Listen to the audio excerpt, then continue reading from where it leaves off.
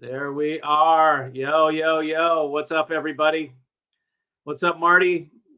What's up, Daryl?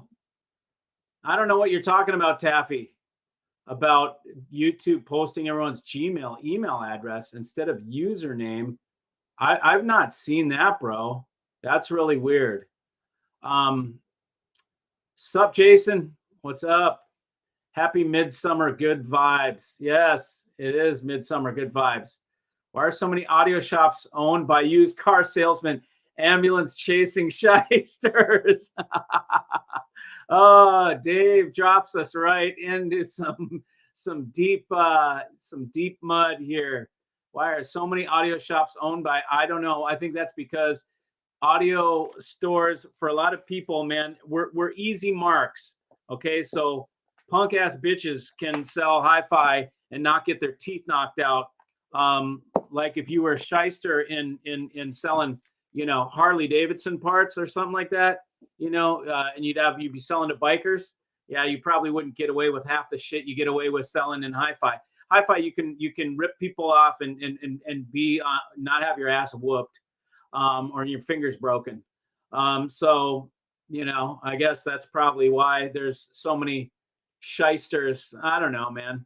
Who knows? They're just business people, man, trying to push stuff. It's an area of so much unregulated, hubaloo that I guess that's how a lot of people make it here. What's up, Casey? Dave's a biker. You are a biker. Both of us, brother. That's why, it's like, imagine if we ran, I don't know, you're in a pretty tame business, but I don't know. I mean, it's, hi-fi is not really the roughest crowd. Let's put it that way. I've got Mike Dubik. Dude, I can see you right there, brother. I'm not going to add you into my live stream because I'm not set up for that yet, but I could add sometime people. Now, what is this? This is interesting. How's it? Austin waveguide, like device is not connected. I get some people into my stream that I could add into this live stream. I'm gonna have to figure out how to add people in. I could add people in. Looks like there's a handful of you guys that I have like listed down here that I could probably just add to the stream. My take on Rockport speakers. Rockport's pretty good from what I know. I just don't know much about them, man. Sunder of thunderstorms. Yeah, dude, how about those dudes in the okay, I'm gonna go off topic right now because the topic is for the night is talking about the bullshit of like, measurements and how they can really be misused and misleading. But before I engage into that topic, what I want to talk about real quick is, what do you guys think about the damn, no man, my bro's not here, Jason. What do you guys think about those guys at the bottom of the ocean, man, sitting in that freaking tin can? Don't you think it's a little weird that they can't find them? Dude, that does not make sense. These are billionaires, okay? These are billionaires. There are billionaires down there, okay? They're going in a freaking cutting edge submersible. And you're telling me they don't have assets sitting up top that are ready to rescue them if some shit goes wrong. They don't have a cable on the thing. They don't have a radar beacon pinger, whatever you want to call that happens in case of emergency. They don't have emergency protocol.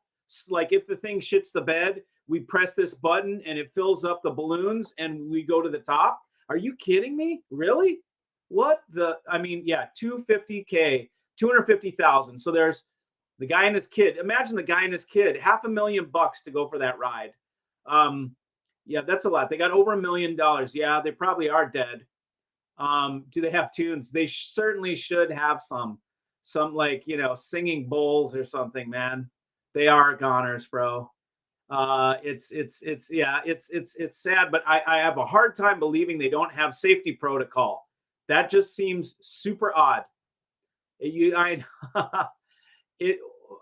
I know it uses a Logitech, but isn't this shit? It goes down, dude. NASA helped them build that chassis. It goes down to 2.5 miles, bro. That's probably pretty cutting edge. Does anybody know about how far military, like how far do submarines, our nuclear subs, how far do they go down? You know, how come the military's not there? Why don't we have a sub there? I guess it's 900 miles off the coast. That's pretty whacked out. Amir has left the chat. Yeah, totally, man. You know, I don't think he's here. But that's anyway. So no backup plan. Yeah, exactly. No safety. That's hard to believe. Okay. So, anyways, off the topic of the guys that are going to die tomorrow morning at 6 a.m. with no oxygen. Maybe they already are dead. But it's sad. We should say a prayer for them. You know, it's a bummer. That's got to be terrifying. Nonetheless, let's talk about what this video is all about: measurements and how they only tell part of the story. Yeah, they definitely would have been better off spending $500,000 for a nice rig. They wouldn't even have to spend. They could have spent $100K, and they would have had much better enjoyment than they're getting right now. It's too bad. Yeah. So measurement. Okay, someone brought up a mirror. Okay, Demolition Man brought up a mirror. That's great because this is a guy who I think is a plague to the industry. It's talk about misleading. Talk about misleading people. And getting people to feel that measurement is like that you can judge a piece of equipment based on its measurements. Like it's foolish. He doesn't listen to music. They don't listen to music in their tests. All they do is these lab tests with like test tones. And I can guarantee you it's not the same way that the testing is done, say at Jeff Rowland. I'll use Jeff Rowland for an example because Amir shits on Jeff Rowland on his channel, which is, it's ridiculous. It's those amps are some of the best amps that I've ever heard, regardless what they measure like. Look at his shittiest measuring amp on his whole list of all the amps. Past Labs is at the last, has the highest amount of distortion. You know, oh, so it's supposed to be the worst sounding one. I don't know. It's definitely the worst measuring one, but those are some of the most successful amplifiers ever sold because people love the way they sound. So this measurement thing is extremely misleading. Look at vacuum tubes. Vacuum tubes sound awesome and measure like complete crap. Okay, so how do you explain that? You know, and then there's this Chinese things out there that measure super good and just sound like total ass. So it's like, you know, you can't count on the measurements to make your purchasing decisions. You know, I saw a thing where he's like, I can't recommend this amplifier based on the measurements that I took and blah, blah, blah. And it's like, man, you just don't get it. You just don't get it. He doesn't even do listening tests. You're right, Todd. He doesn't do listening tests. So what is the value of that? You've got some pencil neck scientist dude, or I don't even know if he worked at a computer company or a software company or some shit like that. I want to bring this in so I can get a little more intimate with you. You know, and so it's just pretty lame. You know, ASR doesn't even listen. And how are you going to comment on audio stuff when you don't listen? It's ridiculous. You did NVH work in automotive.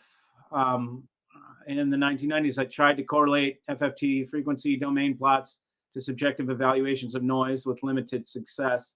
Industry soon realized sound quality was more important and successful than trying to eliminate noise. For example, a 3 or 5 bladed ceiling fan sounds better than a 4 bladed fan. Interesting. That's super interesting. So an odd number sounds better than an even number ceiling fan. That's pretty wild. Not a ceiling fan makes unless it's a sound they do not like. I don't notice the sound my ceiling fan makes. I wonder how many blades it has. I'll have to check. Gave Class D a bad name. Yeah. And, you know, quite honestly, the early Class Ds were horrible. You know, they didn't sound good. Look, we're what, 20 years into Class D or better. So, man, the stuff that's coming out now, it's a lot different, you know. And Class D measures freaking phenomenal. I mean, the distortion is like zero. You can cheat with high feedback, but it'll sound awful. Yeah, right. My homie from Watts, Ari, what's up? Got the LRS fuse kit and the crossover from Sublime Acoustics last week. Thank you. Very pleased. Wait, brother, I got something coming, man. I gotta get this video together for you guys this week. I got something for LRS Plus that's pretty kick ass. The measurement guys remind me of somebody holding a hammer. To someone with a hammer, everything looks like a nail. Yeah, yeah, exactly. It's but their hammer is weak. My flagship Per Listen speakers measured perfect, but sounded terrible. There you go, Jason. Yeah, that's right. Those are another company that is all about measurement, measurement, measurement. You know, the Jim Jones cult over at ASR, pretty much. Yeah, pretty much. Uh, mm. Magnapan is the enemy of ASR. Yeah, man, he goes around shitting on everybody. I don't know how that's going to help his business at all. Well, I guess he's just likes to talk shit online. The crazy part is he's got a lot of followers. A lot of people buy into that BS. It's interesting to know what the measurements are, but they definitely don't. Trying to get this straight, man. They definitely don't tell the whole story. They definitely don't tell the whole story. Move this. Make a little room here so I can get this closer so this will look better. Let's see. Running out of cable. There we go. Okay, cool. Mike Norris. Oops, where am I? Here we go. Yep, they're definitely drinking Amir's Kool-Aid. Yeah, I haven't seen what's up with Magnapan and Amir. I don't know. Yeah, so I guess there's not really much to say about the measurements other than they don't tell the whole story. And you really need to use your ears when you're listening to this gear. You need to just listen to it. Bottom line is find somebody you trust. You can't trust the magazines.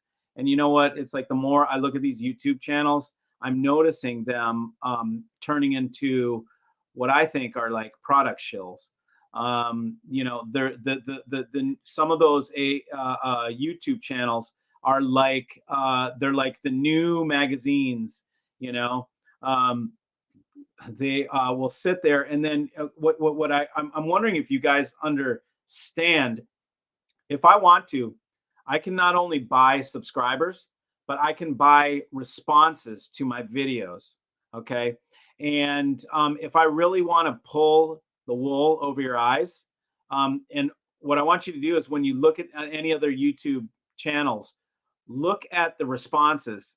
And if they could be said about anything, then they could be bought and fake.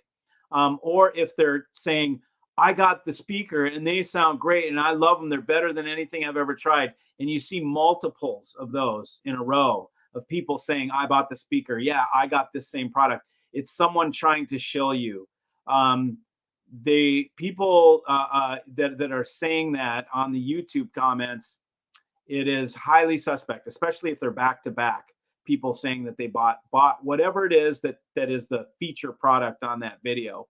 The other way, and this is I'm getting off the subject, but here's another way to test out your YouTube providers is to see how many subscribers they have and then how many comments they get and then qualify the comments.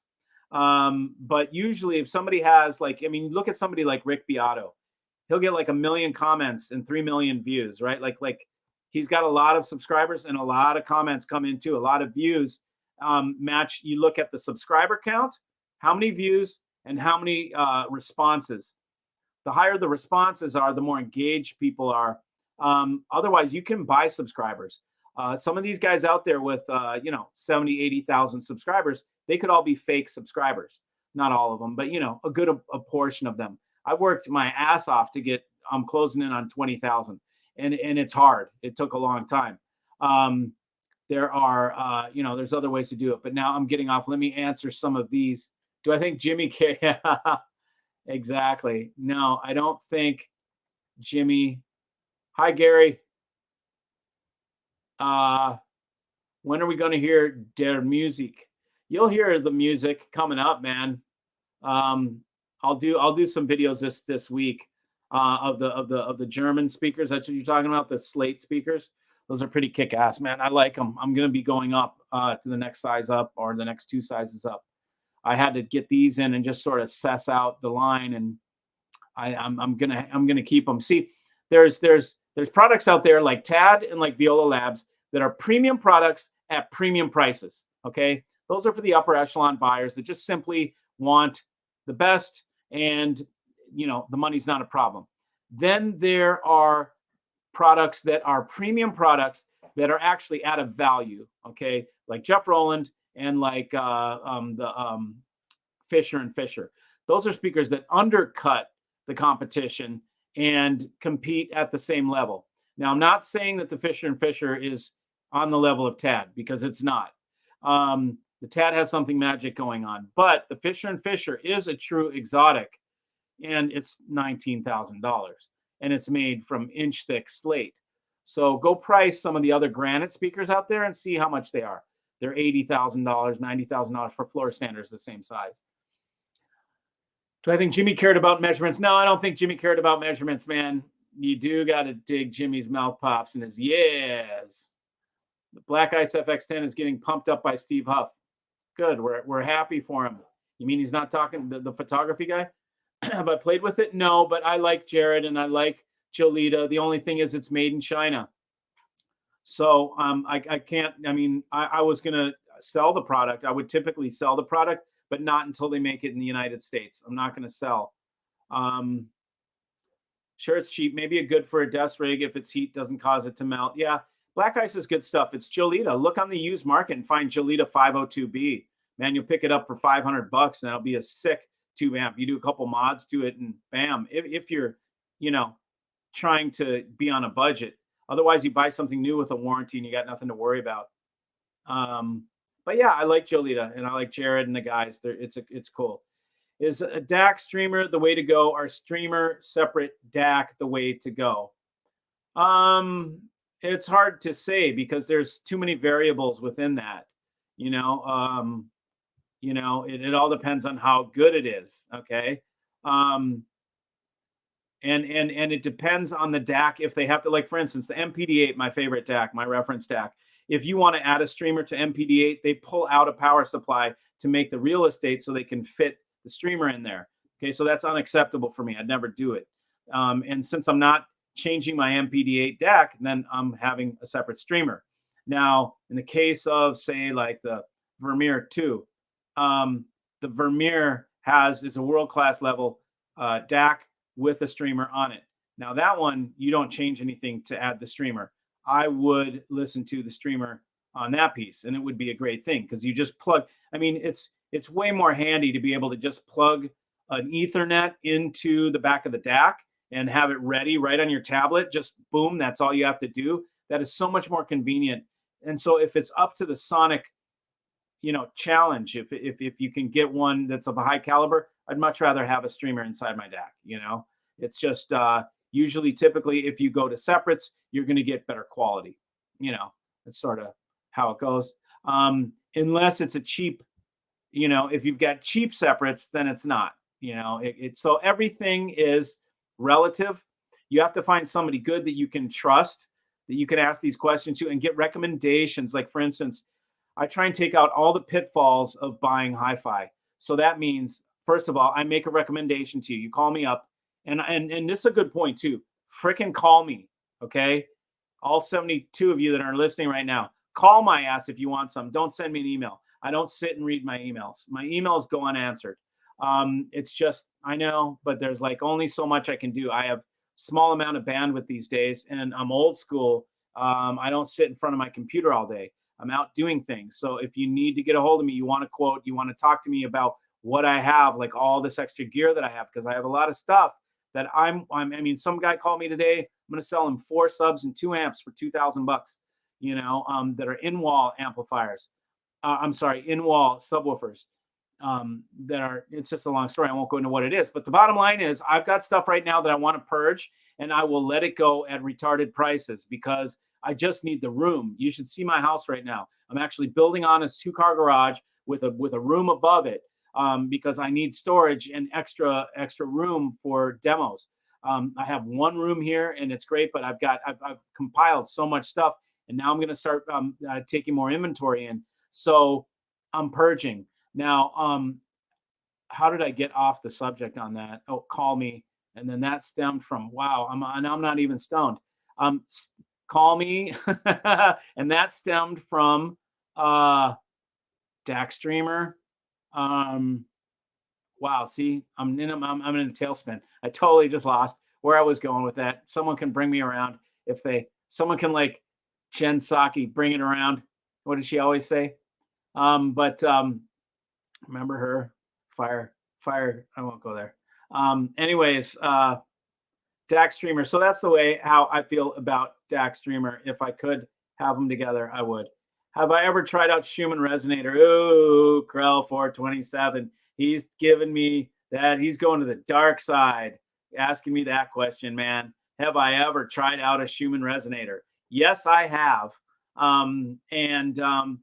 This is cuckoo bird shit. Okay. This is the cuckoo bird area of hi-fi, is shit like the Schumann resonator. Okay. So you people understand what this is. I'll explain what a Schumann resonator is. Okay.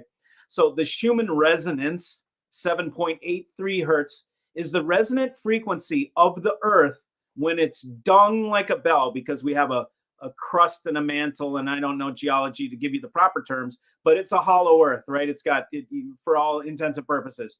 And when lightning hits it, it dings the bell, okay? And the earth vibrates, or the earth's resonant frequency is 7.83 hertz. That is something that we live with and have in our everyday lives. In fact, when they put people into anechoic chambers for to go do conditioning for space travel and underwater or whatever, I think it's mainly space travel, you don't have that resonance. So they will add it into the spacecraft to give that resonance so that your body doesn't have weird reaction. In other words, we need it to flourish. So you can take a Schumann resonator, which is, I've got one in the other room.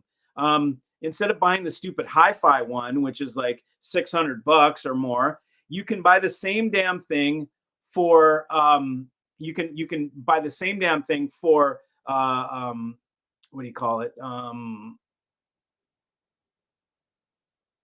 New Age. Sorry, I was having a brain fart.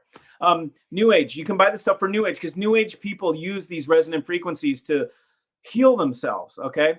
So you can put 7.83 hertz. Basically, it's a ring antenna, and it's a pulse with a pulse, electromagnetic pulse that goes that you pulse. When you pulse that electromagnetism out into your room air, you're giving an electromagnetic pulse. It's going, I don't know, depending on how much intensity it is, it's maybe 5 feet, 8 feet, whatever. It can go, it can fill the whole room. And you are affecting the molecules in the air. So it has to do with, basically what they say is you're conditioning the air molecules to propagate sound waves better. Okay. Which sounds like total hook'em, right? It's like, dude, how crazy are you? But I will tell you, you put that thing in your room and you turn it on, and there is absolutely an audible difference. And that's all there is to it. I'm not going to go too much into it. I don't use one anymore. I won't use one because it's too freaking weird and it's too strange. These are the same things that Ted Denny does with synergistic research. He has something there that now this is, I'm going to say something too. Somehow, maybe when I sent you guys the link for this video, somehow I think you guys are trying to sign on as guests, and you're coming into the video as guests here. You don't have to join this way. Like I can see F, I can see you looking at me. Yep, hi. I could add you in. Like if I click on this, I can add you to the stream, but I don't want to do that because I don't know how to, navigate it and have it work well. But I will somehow, you click to come in as a guest, and I can see that other people are trying to do it as well, and it's not letting them because I only have room for 12 people to come into this backstage thing. So it's probably my mistake for sending a link that brought you guys to come on as guests. And I see Mal Capone. What's up, Malcolm? I can see you right there, brother. Yeah. So I mean, do you have microphones? F, do you have microphones? You do. Let me add you to the stream. And Malcolm, I'm going to add some people to the stream to what's up, Falcon Quest, to just see what happens. Let's try it. Let me give this a shot here. I'm going to add Malcolm first. Hey, Malcolm. Hey, Mike. Oh, there, I can hear you. Okay. Okay, good. I'm going to add F. Hey, what's going on? How are you? Good. Good. Okay. So can everybody hear this? This is pretty wild. Yeah, I hope you don't mind. I didn't ask you if I could put you on here first. Malcolm didn't want to be on. He bailed. Are you? Oh yeah, you're there, buddy. You're there. All right, Malcolm, are you naked, man? Don't. No, I'm wearing a shawl. I'm wearing a shawl. Wow, man. Yeah, that's this thing could have some drawbacks to it. F, what's your name? Jeff. Jeff. Oh, okay, Jeff. Good to have you. Where are you in from? Dallas. Dallas, Texas. All right. Cool. So I didn't ask you if you wanted to be on here. Do you mind? Not at all.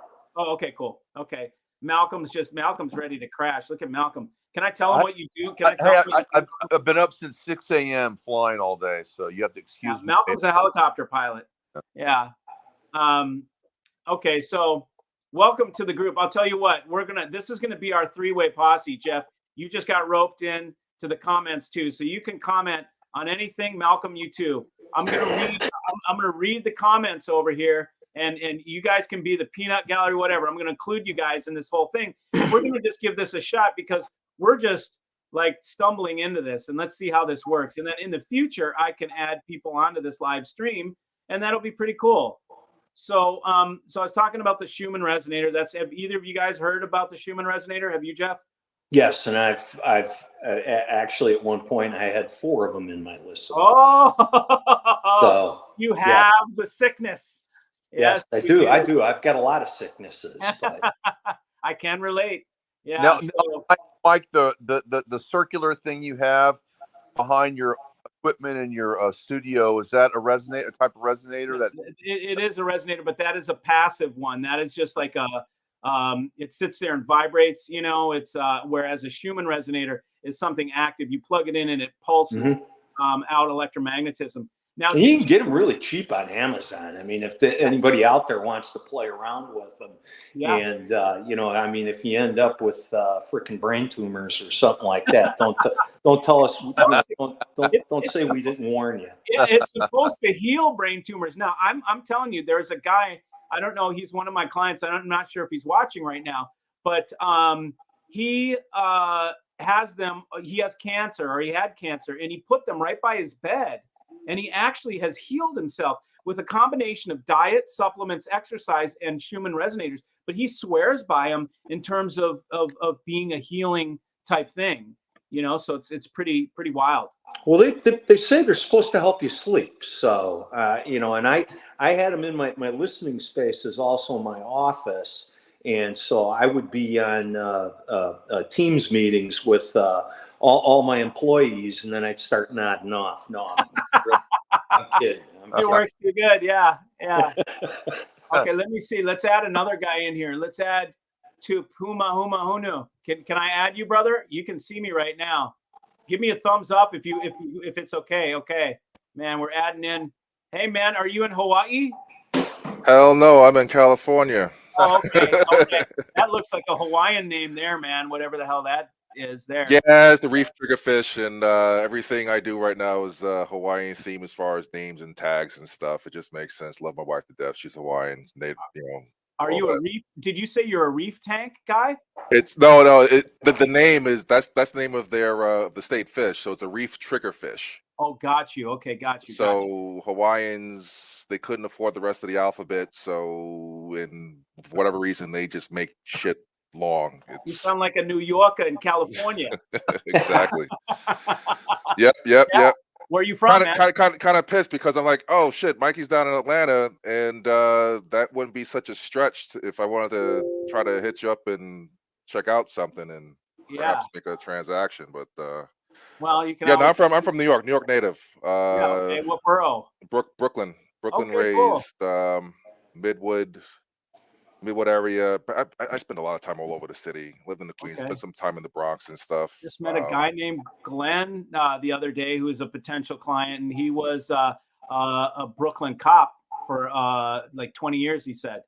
And then I got another guy from Bronx. He was a Bronx cop in the 70s.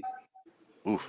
Yeah, with really some crazy stories. But anyways. But I tell you, I actually, yeah, but the policing back then was actually better than it was in the last 20. It was different. Sure. We had people patrolling.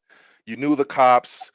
Nobody was harassing you. Everybody cries racing. They weren't bothering the kids really. You know, they made sure folks weren't getting into too much trouble. They knew the parents.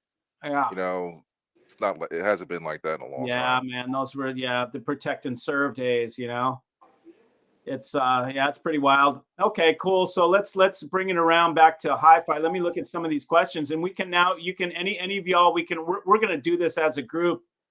Talking about these questions that people have, and you guys can, if you guys have some questions or anything comes on, just comes up, let me know. So here's Mike Norris says, I mean, you had a studio engineer in your room and he said what he said. I don't think he's BSing anyone. He's not a paid talking head. Yeah. Okay. So to riff off that real quick. Yeah. Dave Malkapor came in, he sets up recording studios. He's been doing it for 30 years or something like that. He is a guitarist. He was in a band that actually had a record deal.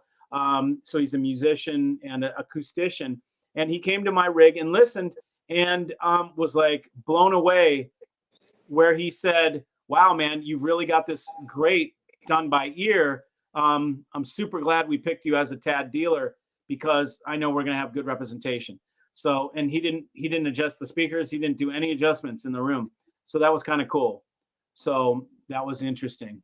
Tony Wheeler is a real subscriber. Mikey, I'm here for you. Cool. How many sets of speakers Little J has sold? Little J sells like shit, man. I mean, that guy's a marketing machine, I think. You know, he's nailing it in every angle. He's got t-shirts and mugs and product and all sorts of stuff. So good for him, man. But you know, it all depends on what you're after. The designer solved 30. Now you guys, Jeff, and what's your name, man? Oh, Testify. What's your name? Testify. Testify. Okay. Yeah. T. I'll just call you T. Okay. That's and Malcolm, can you guys see the comments? No. Oh. You can't. Okay. Yeah. If you because I have a private chat column and it says there's comments. It has all YouTube icons on it. Okay. There's probably settings that I can put in here so that everybody can see them, but that's all right. Okay. So I'll just read them. By the way, I enjoyed those videos with that TAD engineer. I thought that was good stuff.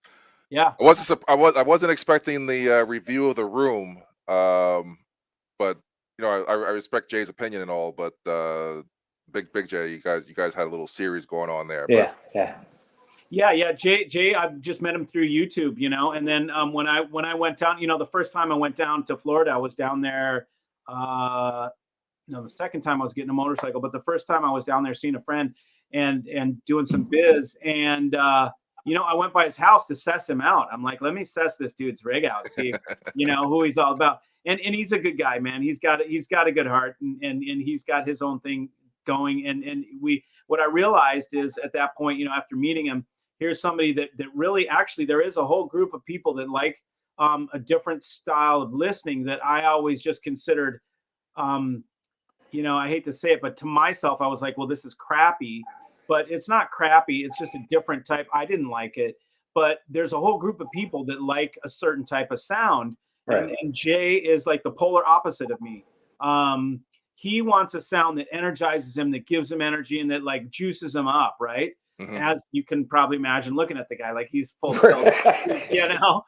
I, on the other hand, want to relax and sit back and chill and just chill while I'm listening to music and relax. So there's two different systems. One will juice you up and give you lots of energy. One you'll just kick back and relax. And so it's interesting Jay to curls his Griffin amps for warm up, apparently. yeah, exactly. Yeah. He's a big dude. I call him little bro. But it was nice. It was nice to hear that guy from Tad, and he's got the recording background too, and he's doing. He knows how to set up rooms. So Yes. that was big for me. Hear that Yep. from him. Yeah. So it was cool. It gave some cred, where which was good. So let's see. Designers solved 30% of the physics of building a speaker and threw you in there to solve the rest. Needless to say, I can't recommend. Threw you in there to solve the. Oh, you're talking Demolition Man's quoting Amir, and I can't recommend. Yeah, how can you not recommend the MagnaPan LRS? You just got to be a dummy to actually to not recommend. I mean, it just shows where you're at if you don't recommend it. Do I feel ribbon tweeters are a bit more superior to dome tweeters, in my opinion? Yes, I do. Eggleston versus Fisher and Fisher. I need to get Eggleston in here. Compare. Is the Tad you sell designed by AJ? No, it's not. Also, any thoughts or opinions on Heaven 11 Billy amp? No, I've never heard it. Do you remember the David Hum made PSS passive preamps? PSS, what was that called? The Perfect. I don't remember that. PB Designs Edelweiss DAC with streamer option sounds pretty good. If you guys have anything too that are sitting in here, let's, maybe I should, instead of just reading off these things, maybe we should just have a discussion amongst ourselves. What do you What's guys your opinion on Meitner? What's my feeling on Meitner? Yeah. It's good stuff. Ed's got a good background. He's certainly a funny guy to hang out with. He smokes weed like a chimney, bro. An old guy that tokes heavy duty, bro. Yeah. And so we were in California, of course, where it's legal, and at the show, and with him and his son, and it was just really cool to hear his stories. He's a good guy. Now the DAC that I have, the playback designs. Andreas Koch is the name of the designer there with playback. He hired Ed Meitner when at Sony. So Andreas was leading the project for learning, creating SACD. He hired Ed Meitner.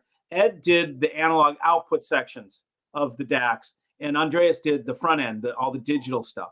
So together they made DACs for Sony, and then after that project, they went on to do Meitner Audio or M Labs.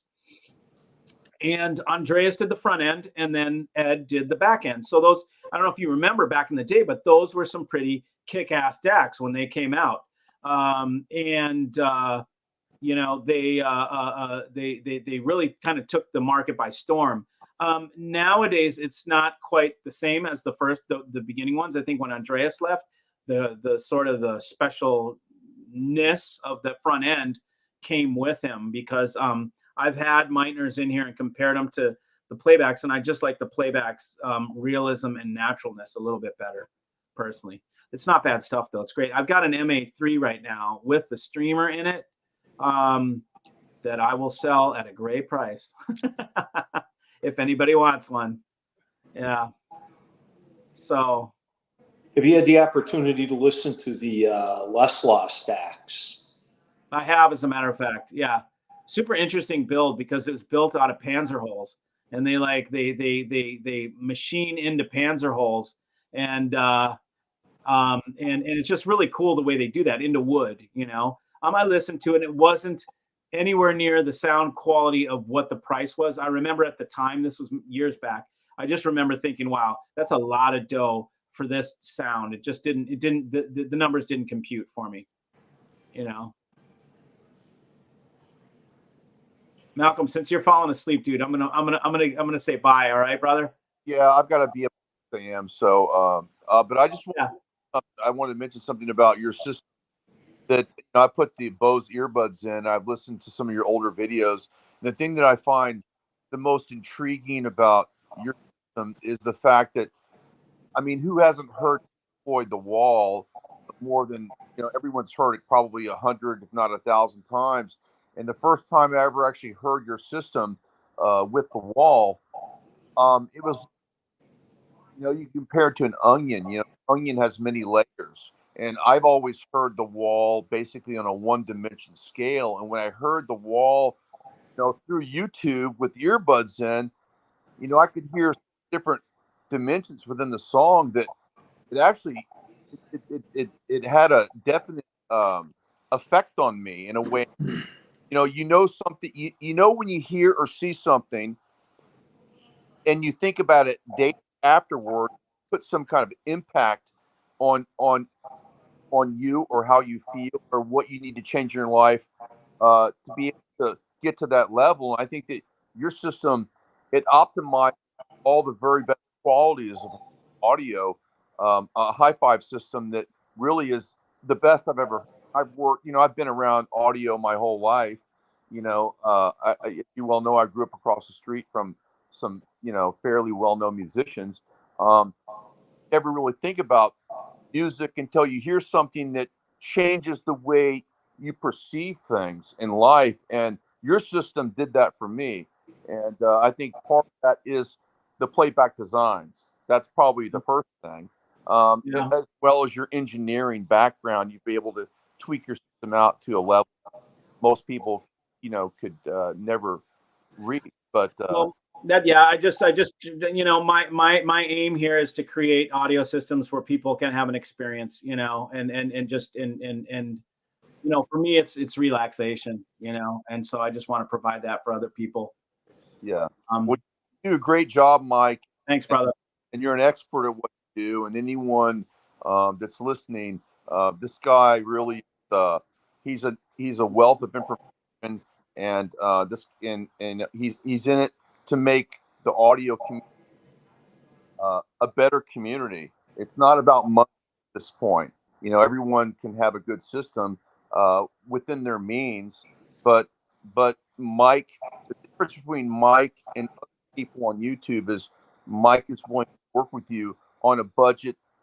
Yeah, because Malcolm's a customer, so you guys know Malcolm is a client of mine and bought a rig. And and he was able to help me build a rig within my reason. I mean, I have champagne taste with a beer budget, right? But Mike was able to steer me in the direction that would make me happy. And then and the thing about it is, as you evolve, you get something, you listen to it for a while, and the system that you bought is a quality system. You can trade up, not lose a lot of money. Right. Yeah. That's the whole key. Trading up. You evolve as you grow. Yeah. Right. Start at the bottom and you work your way up. So sure, man. All right, guys. Thanks for joining, brother. Hey, nice meeting you, Mal. Nice meeting you. Take care. Good job. We'll see you guys. Be safe. Thanks, man. See you. Okay, cool. Malcolm looked like he was under a moving blanket there, man. Yeah. Mikey, can you touch on the relationship between the streamer and the DAC and what really goes on inside the streamer as far as getting all the bits to the DAC? Because it's long-winded. I've been dying to try to figure out a way to talk to you to the side about it. Sure. But I ran through this very organized routine of changes to getting the room right, and then going after noise in the system. But then I said, there's no reason for me to be using upscalers and PGGP and all this other nonsense. There's something wrong when I'm not getting the best sound just from the native file going to the DAC. And I went after the processing on the actual computer feeding the DAC, and went with a kernel that is beyond the real-time version that you normally get. It was a beta release at the time. Now Ubuntu's released it, but it just gives all the priority to whatever IO is requesting from it. So I just used Rune, and what I ended up with was something that I've never heard out of anything running the real-time kernel. That's the HQ player stuff, any of the off-the-shelf streamers, what have you. You get this holographic. It's that sound that you describe. It's that sound, but it had more to do with how I was feeding the DAC. So the computer just never skipping a beat, just always sitting it out. And it's not like the CPU is running 100%.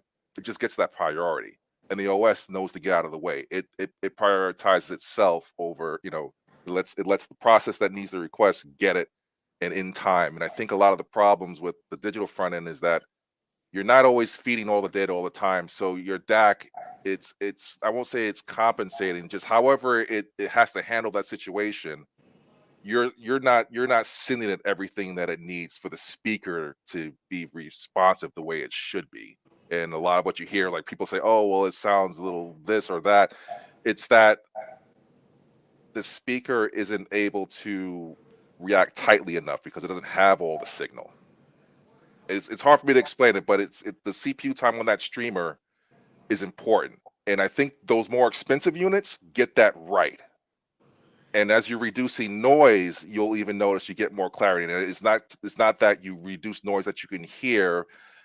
It's just less error on the streamer's part, because that data, once it's processed, it's not queued up anymore. You can't go back. You can't. People say, "Oh, well, it's Ethernet. It's got error correction." You can't correct it. Once it's out there, if it's not complete, then it's got to be dropped, or however your DAC is going to deal with that. But doesn't it load up into RAM and have a buffer? A little bit, but even then, you have other, and that's why you'll see people say, well, I loaded up an i7 or i9 with all these cores and all this RAM and it's high gigahertz, whatever, and you're still really, it's the scheduling of everything. So you think about the time in between samples, you couldn't possibly, with some of the CPU scheduling, especially off the shelf operating systems, you can't really maintain that stream unless you've got something super fast. Okay, so what's the question? So I'm wondering if you've ever looked at that aspect of the streamer, because you talked about the streamer and you say, well, this is how you build a solid streamer, and I'm looking at it, and all the componentry is good and everything, but I haven't really heard anything about like the kernel being used to actually handle that IO processing in the streamer to make sure that you really get, and of course it's hard to, you're not going to be able to sit there. You're totally an IT guy, right? Yeah, that's one of my loves. How did I guess? Yeah. Like, okay, so a couple things. First of all, this actually kind of ties into what the video was about tonight, which is spec. Okay. Right. So I try not, if I get into the minutia of all the little specifications and timing and errors and packet errors and data packets and all this kind of stuff, and I start diving into that, it can potentially be an unhealthy place for my mind, right? Because I'll go down the squirrel hole, I'll drive myself nuts.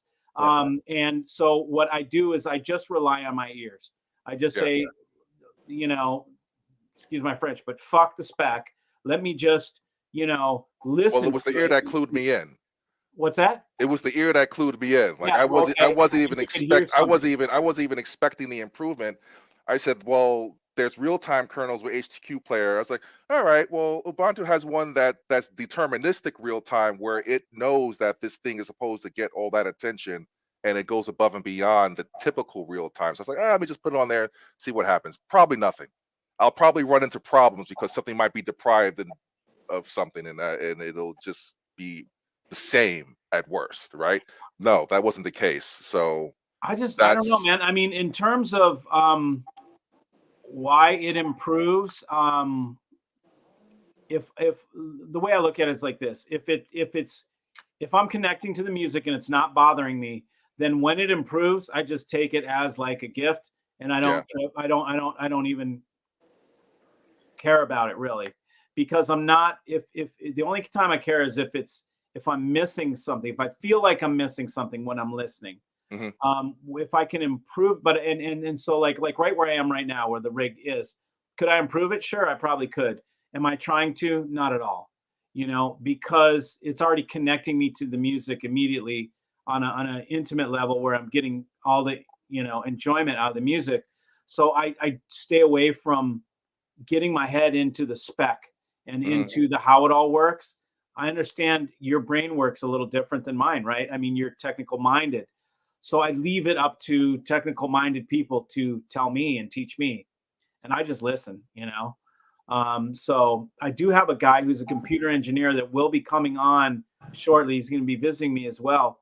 and we will talk about the data and how he can map where the music comes from, all the way from my, DAC, all the way back to Rune, and he knows all the stop points, and he's going to put it in a diagram where we can see everywhere that music goes, every, I don't know what it is, node, server, So whatever. I don't know the proper term for it. He'll be able to tell you where you get packets that get lost, because you get that conversation out there in those dreaded forums. Yeah, and you get the measurement guys, and I can't with them.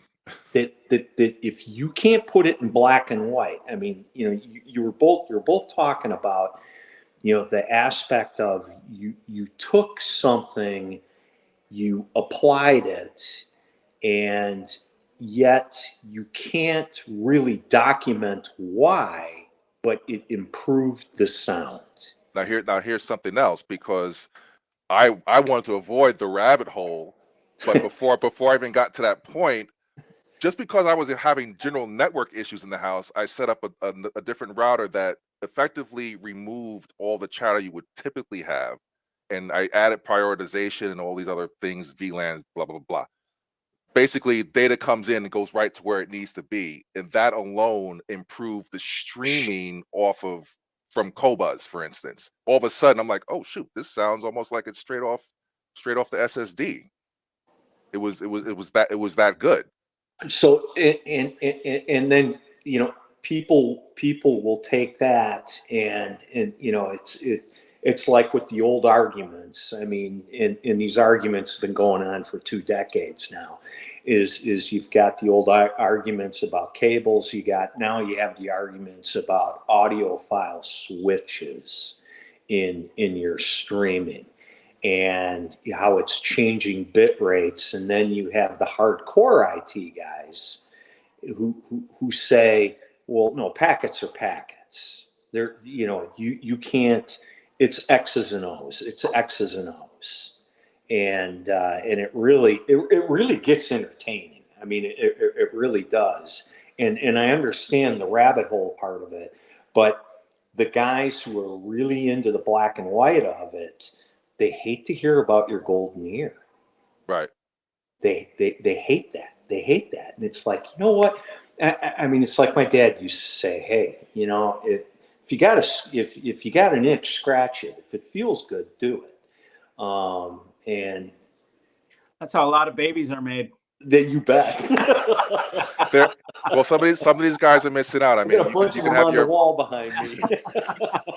Yeah. Okay. So let me grab some of these other questions that I see here in the list. Have I checked out any of the David Bellis amps? Yeah, Bellis is good stuff, man. Mad respect for that guy. American built in New York. Waited 3 months for mine. Yeah, well worth it for sure. Tom Heiss is eating a crab cake. Man, I'm jealous. Tom's a client of mine up in Maryland, and he's eating a crab cake. He's a crabber. He comes from a family of crabbers. I told him I want to come up there and go out on the crab boat. It's probably a bad choice for me because I'll probably get hurt and bit and whatever. But I still love experience. So Falcon Quest, this is a great. I love this question. How do you know if the Schumann resonator is in phase with the actual planet? That's a great question. Who knows, man? I'll tell you how you know. You reverse the leads, and if it gets better, you keep them there. That's how you figure it out. Are there shipping companies that are better suited to ship expensive stereo amplifiers as compared to FedEx or UPS? Yes, It's called common carrier.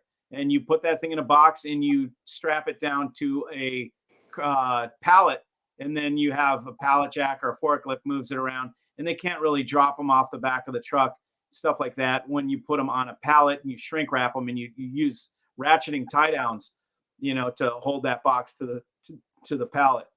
Thanks for the Schumann explanation. You bet. Wild. Yeah, it is weird stuff. Can hear you 3. Cool.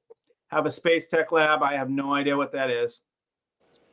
Burn some trees, you know it. Hell no. Where's PJ? PJ is up at home, man. He's not around. Topic question: which equipment specs matter, if any, or should we only go by ear? The specs that matter are impedance matching your your equipment, so your preamp to your amp and so forth like that. Those matter. I don't think distortion necessarily matters. That's just a matter of taste. You want to match your the power of your amp or the current of your amplifier to your speaker. So that matching is important. And these are general guidelines to know if things will work together, but it's not going to tell us if they sound good or not. It's just going to tell us, yes, these two things will work together. Okay, so those are the equipment specs. Other than that, equipment spec, you can pretty much throw it out. You can use them for a general idea get an idea of what kind of amp this is, how powerful it is. Oh, okay, it's and then I classify it. I go, okay, so it's a high current Class A solid state power amp. Got it. That's all I need to know. Okay, this one's a single-ended, low wattage, purist tube amp. Okay, got it. I don't need to know any specs. I just can classify it and know what it is. And then I know what speaker it goes with. That's going to need a horn speaker or some sort of speaker that's 96 dB or more sensitive, for it to be its best. So those are the kind of specs that you and typically you can rely on your purveyor of hi-fi gear to match things correctly for you, so that you don't get things that don't match. Got a sudden urge to sing the Brady Bunch. I know, man. The Brady Bunch. Well, I could put 6 people and we could probably line them up like that, Do it. Yeah, totally. Everybody's squirrel is different. Yeah, that's for sure, man. But we keep feeding them, don't we? Opinions on D-Sonic mono amps. D-Sonic is a very, yeah, exactly. It's a very basic on the shelf. Class D. Yeah, that's right. They don't put anything on the front end. They take a module and put it in a box and wire it up, and that's it. There's no extra R&D done on D-Sonic. I want to be fair. I want to say it doesn't sound horrible, but it was noisy, and an amp should not be as noisy as it was, and that kicked off this whole upgrade thing. I ended up buying. I bought some speakers. I'm like, oh, I got the amp that'll power them great, whatever. And I'm like, oh, what the hell? What's with this sound? And the amp had this nasty noise in the background. I could hear the power. I should never hear a power supply from my listening position. Right. Yeah. Was there a fan or just like a no 60 hertz hum? No fan. It was like no, it was not a 60 hertz hum either. It was a very high frequency pitch noise. It's something that I've only heard on like video cards with like coil whine. It's like coil whine noise. Weird. Like where? I said weird. Oh, weird. Yeah. The fact that the guy was like, oh yes, some people report that. Like, that's a design problem. Oh, that's too bad. Yeah, emission. Yeah, high frequency emission. That sucks. Mikey, I heard a good engineering argument that Wi-Fi is lower noise and Ethernet is inherently noisy. Any thoughts? I don't think I don't have any thoughts on that, man. I haven't heard that. I use Ethernet. Anybody else have any comments on that? I use fiber. Yeah. I've been thinking about fiber. I threw on a galvanic isolator feeding into the room, and that does help to a degree. But you have to be at a certain level of silence in your system before you start hearing any differences with some of that stuff. Well, but it does help. But that's just more data transmission. It's not like you're hearing that noise. Yeah. I mean, it made a difference going to fiber, and we're fiber into the house. Yeah. So it just made sense to complete the circuit all the way through the house. So. But if you can do fiber from the jack to your devices, then you're ahead of the game. I'll tell you what I feel about that. So, because with the Sonore stuff and whatever, so you come in, you do fiber up to your house, and then you go fiber out to your gear, or your streamer, right? And then you come out the streamer wire to your DAC. So I would rather do it the way Playback Designs does it, which is you go wire all the way to the streamer, and then you come out of the streamer fiber and go to the DAC fiber, because it's the last link. So you really it's the only way to truly isolate your streamer from your DAC is to use light and not a wire. And Yeah, I need to get my hands on a DAC that where they focused on the optical. To my ears, I haven't heard optical that I like, but I favor the I squared S. It's a differential signal. I mean, yeah, inherently it's why you would use yep, it's XLR for your digital. But differential video signal. yeah, Yeah, but that seems to be the best. And bonus points if you just throw a reclocker. You don't have to go crazy with it, but I'm Right. sure more expensive might be better, but at least having that is a plus. I like to run USB through a reclocker. yeah, yeah, yep. Yeah, I run, well, I don't have I don't use USB, but I do have a switch that I put at the rig that is like one from Fidelizer. That's, because it's $400 and it did clean up the Ethernet a little bit, Yep. and it's like I'm not going to spend $10,000 on some damn switch. No, I think these guys are getting a little carried away with some of this stuff, that with these reclockers. I mean, you can go get a wired for sound reclocker for USB or for Ethernet for that matter. Yeah, it's upsell, upsell.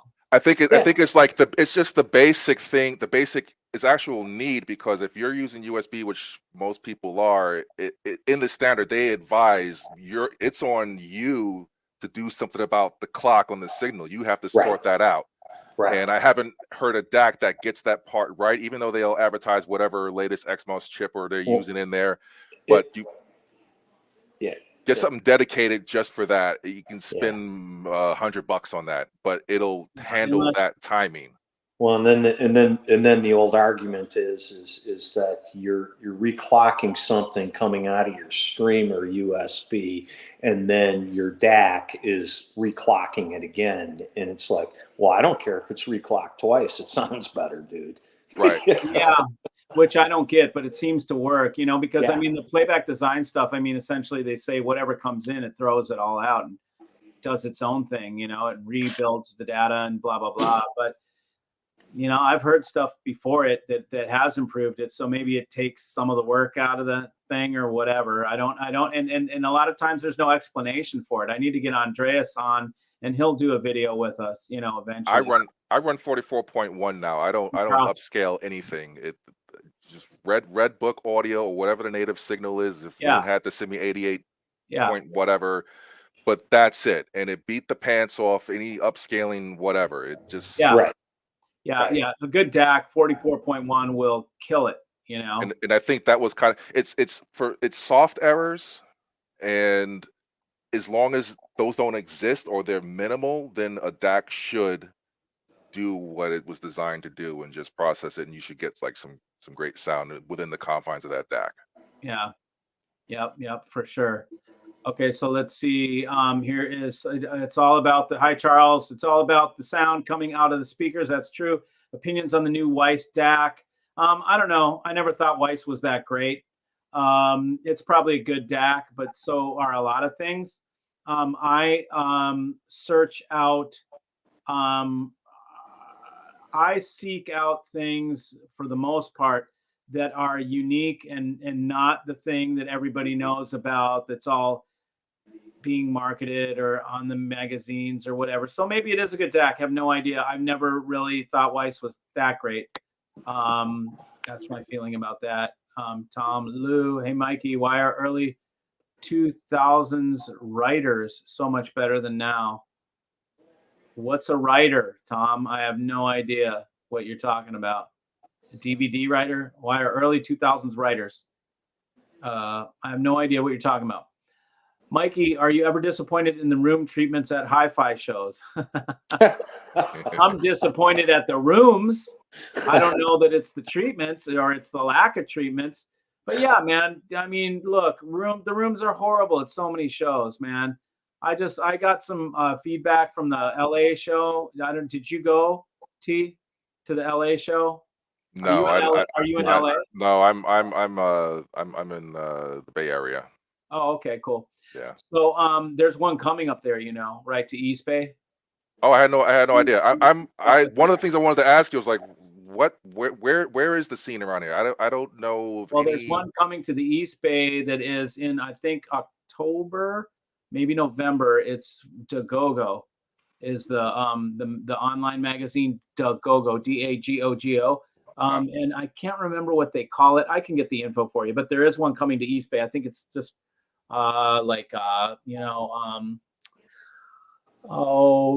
just below Berkeley, on the East Bay. Are you East side or are you San Francisco side? East. I'm south. I'm south of all that. Oh, So okay, San Ho. yeah, San Ho. Yeah, San Ho area. Yeah. Okay, cool. I was just there. I have to go back to Bakersfield. I'm bringing a rig over there to Bakersfield to the other biker. Yeah, no, I was quipping to my wife. I'm like, I wish I knew ahead of time that he'd be in the area. I would have tried to, throw him a little something just to stop by for a minute. Food, bro. That's all I want. Yeah. You give me food, I'm happy. That's it, man. Get the critique, because I don't like being my own echo chamber. I've got plenty of folks that have come by and heard it. They're like, it's magical, blah blah blah blah blah blah. But you want some real ears on it. Yeah. I got you, man. I'm happy to do that for people, especially when I'm traveling through. Okay, so let's see. Doesn't it seem like the mark of a good speaker is making acoustic guitar sound natural and real? Well, yeah, absolutely. The guitar range covers all of the drivers of a three-way speaker. Seems like coherence matters. For sure, yeah. Electric guitar, acoustic guitar is very good. A piano. Is great. Violins, which can be excruciating if done wrong. A whole orchestra, to try and do a full orchestra in its full intense glory is very hard for a rig to do because it's very complex to pull off. So that's a great way to test bass and highs. That's really easy, but that's kind of like real quick, orchestra in your room, what decibel peak do you normally hit at, like crescendos and things like that, in a piece? I'm probably around, like, in my room, the big rig, probably around 105, 100, yeah, somewhere like that. I don't go much higher. I can push it higher, but I don't really want to. I start smelling things burning. Subs, it's the sub amps. I can smell them cooking. Yeah, with those timpanis and everything, and the organ music or whatever. Opinions on RCA deckwear pills. I don't know what those are. Deckwear, I know who Deckwear is. RCA pills, I have no idea. You have to let me know what they are. But since I probably don't know what they are, I probably don't have an opinion on them. So, yeah, anything that passes an audio signal, whether it be digital, analog, is subject to passing signal at different rates per frequency. Yes. The ones that pass all frequency simultaneously sound better. Yes, that's very true. Audiophile writers. Oh, okay. So let me go back to your thing, Tom. Why are early 2000s writers so much better than now? Because the writing used to be actual journalism, Now it's advertising. These guys are shills for products, and they're sick of it. They're probably sick of it. The guys that have been around have taken off or whatever, and now the new cats doing it, or it's a different breed, and they're into being YouTube stars or whatever, and it's just different, man. It's just different, and the magazines have lost. They're not really paying anybody anything worth much, so this is it's a hobby that's sort of dwindling. It's not really growing. There's still cool stuff in it, but the supported media and all that there's changes going on. So the writers are different, man. If you even go back earlier, go back to the 80s and stuff, and the writing, man, they would just tear shit up. They would made fun of Bob Carver. I read one from the old Stereophile, and they were talking about how Bob Carver came and was waiting outside the door and trying to get in. He got in, after he'd been there, and the speaker didn't work, and he was back there trying to, and he didn't have the right tools, and he had to go try and get tools, and they were making fun of his ass.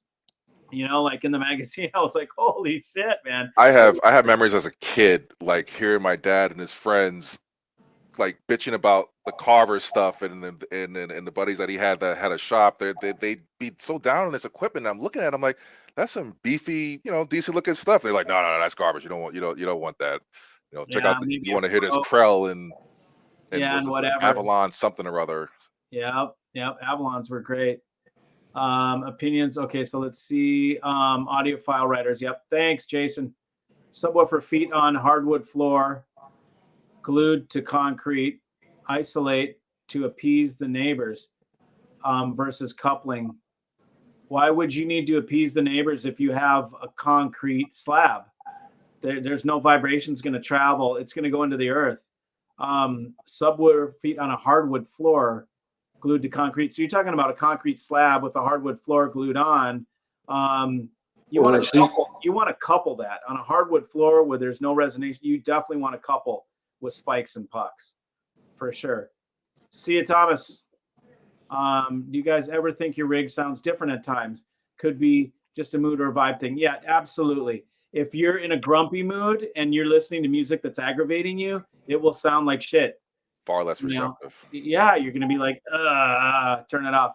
And generally speaking, the systems sound better at night because everybody else is off the grid. People are turning all their stuff off. The factories have stopped their machines going and all that stuff.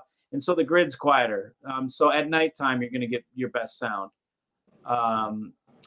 If you have a warm, integrated, and bright speakers, what should your DAC characteristics be? Neutral. That's like a multiple choice question, right? Like, did I pass? If you have a warm, integrated, and a bright speakers, so they're going to balance each other out. So your DAC should be neutral for sure, presuming that they balance well. But if it's still too forward, then you'd want to it's all you have to. It's like making a recipe, man.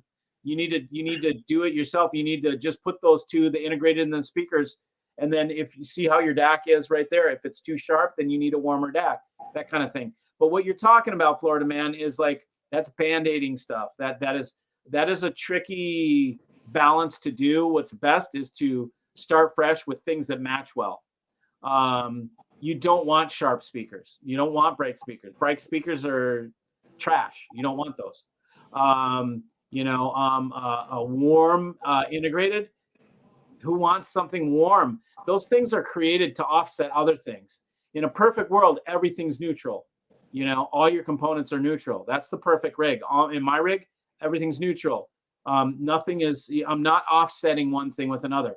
It gets to be a messy situation when you start tuning that way. You're seeing that in the market nowadays with these two bridges. Mod Right's got one now, and a couple, and like you said, Mike, it's a Band-Aid. I did one 15 years ago. I did a tube buffer stage, and it was a 6-channel tube buffer stage meant for home theater, to give the sound of tubes into the home theater. It worked well, but it was just like, I'm not going to really push this thing. It's kind of like, that's the kind of shit that you make up just to make up a product and throw it in the market. There's really no juice behind that.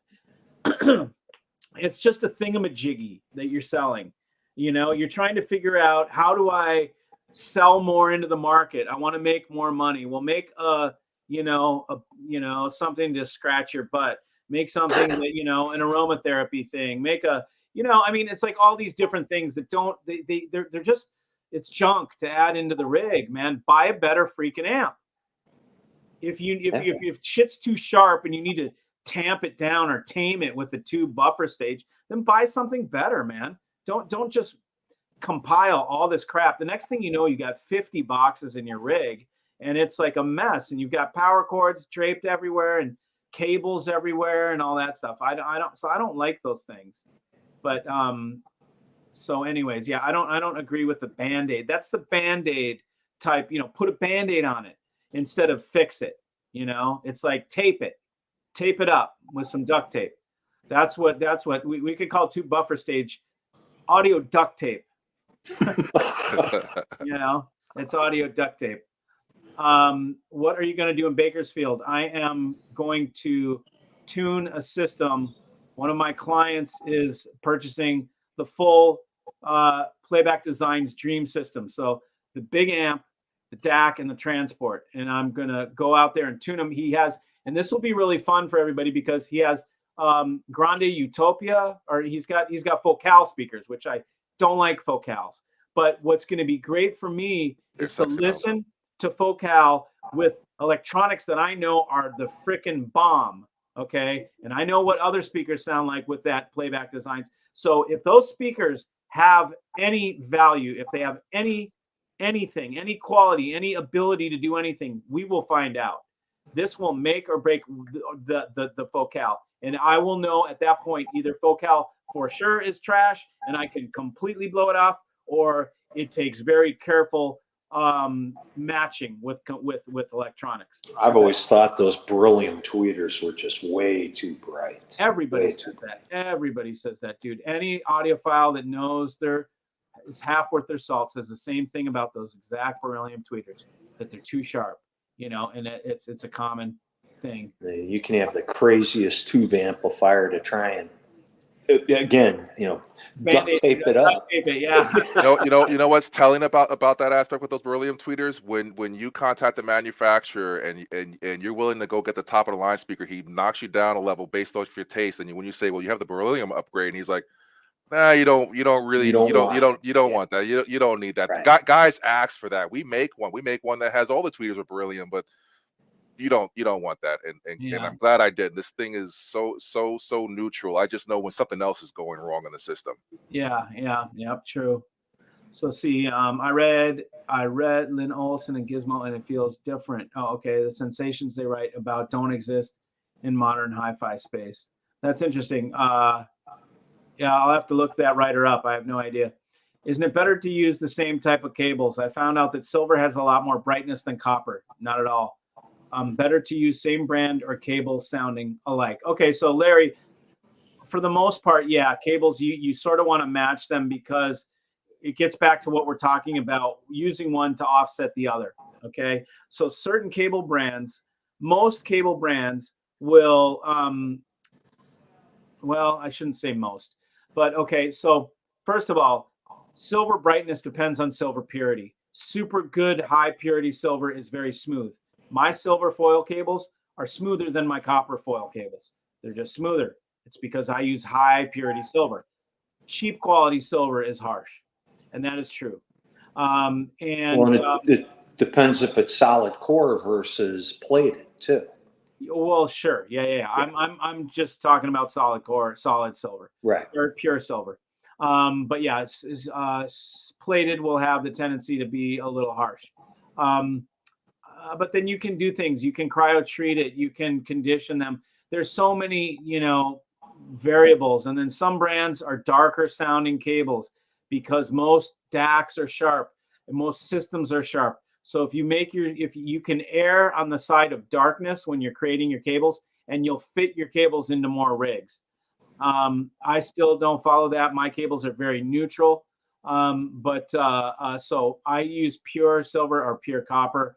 And yeah, for the most part, it is best to use the same brand, but you can mix and match. But then again, you're offsetting one and offsetting. And man, I went through a whole procedure one time with a client where I was swapping out connectors, and he'd put in a gold one on the DAC, a gold connector, and then he'd want rhodium for the amps because I need to offset the gold that I put on the DAC connector wise, and we went through this and I let him tune it. And it was just, I'll never do it again, but it was an experiment to see, well, let me give this guy full reign and tell me how he wants me to make his cables. And he was so into it, man. It was like, and he would change, little changes, and I do it and perfect now, and it's like, that's just really tough to do that where it works for everybody, it really is. Love your channel. Let's see. 36 driver under the house invented through 35. Our love for 3 seats. That's the way to do it, Marty. That's how they do it down under. Yep. Love your channel. Any thoughts on streaming with satellite internet services? I don't know what those Starlink. Oh, I have to use Starlink for that. I've got no idea, man. Sounds like I'll tell you what, dude. I probably want to live where you live. If you have to use Starlink, you probably live somewhere beautiful, away from people. Yes. And close to the animals, which is awesome. What's your ambient level everything off. You're about to start a track. What does your room measure at just about? Again, you're getting into stuff that I don't necessarily care about and measure, but I think it's at like, I don't know. I can't remember. I could speculate. Depends on if the air handler's on or not. Right. Yeah. Yeah. Yeah, because I'll turn the No, stuff. I think it's 30s. Okay. Yeah. That's somewhere like that. Right. Yeah.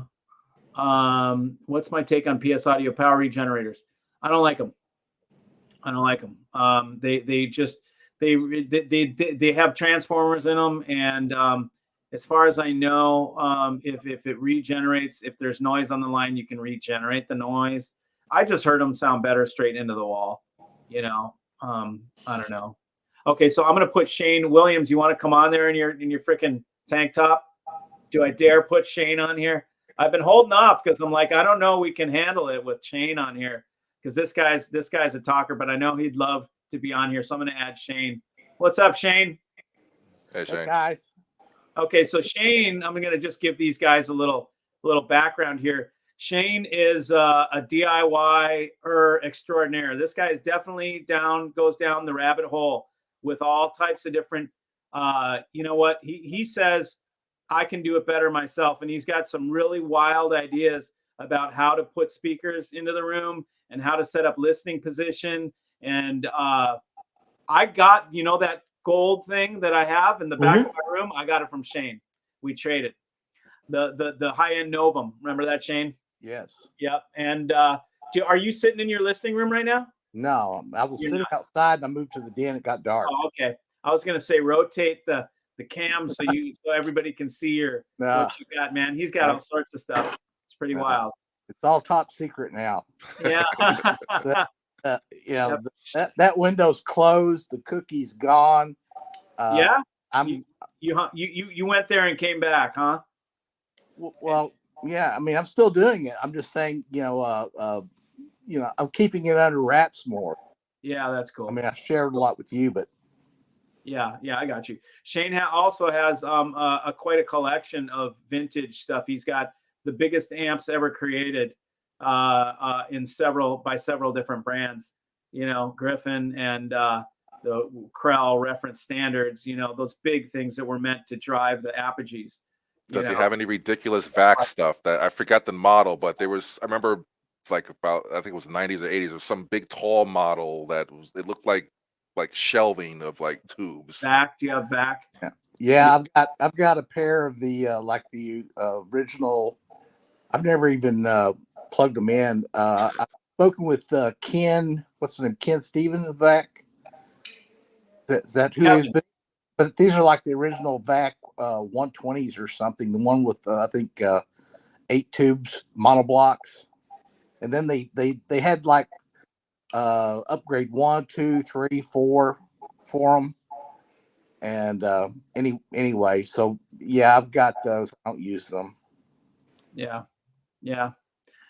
Anyways, so if anybody has any last stuff, I wanted to bring you in for the last thing. If you want to add anything, Shane, but I'm going past my time here. I just saw you sitting there in the waiting room. Yeah. Hey, I don't know. I'm just here listening, really. I mean, Okay. if you want to ask me something, I'll give you my opinion, but I'm just listening. What's the unladen weight of a swallow?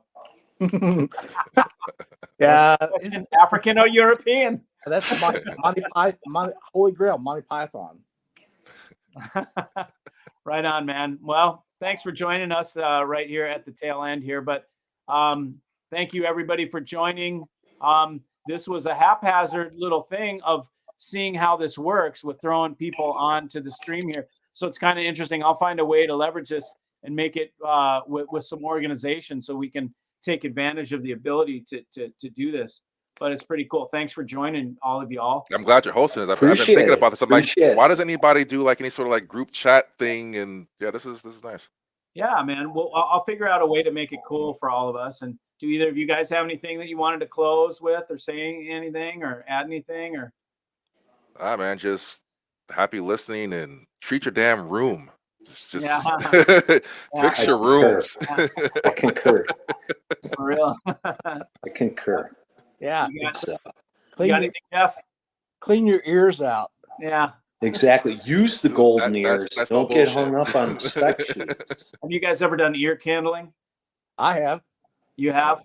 I've heard of it, but no, I thought it was kind of bogus. I think so. they make too many claims, and no. I heard about. One of my clients told me he went to the doctor the other day. Or Dave Malcaport. He went to the doctor. The doctor cleaned out his ears and pulled out a bunch of stuff, I guess. I've never done that. I think I might try. The candling feels good. It's soothing.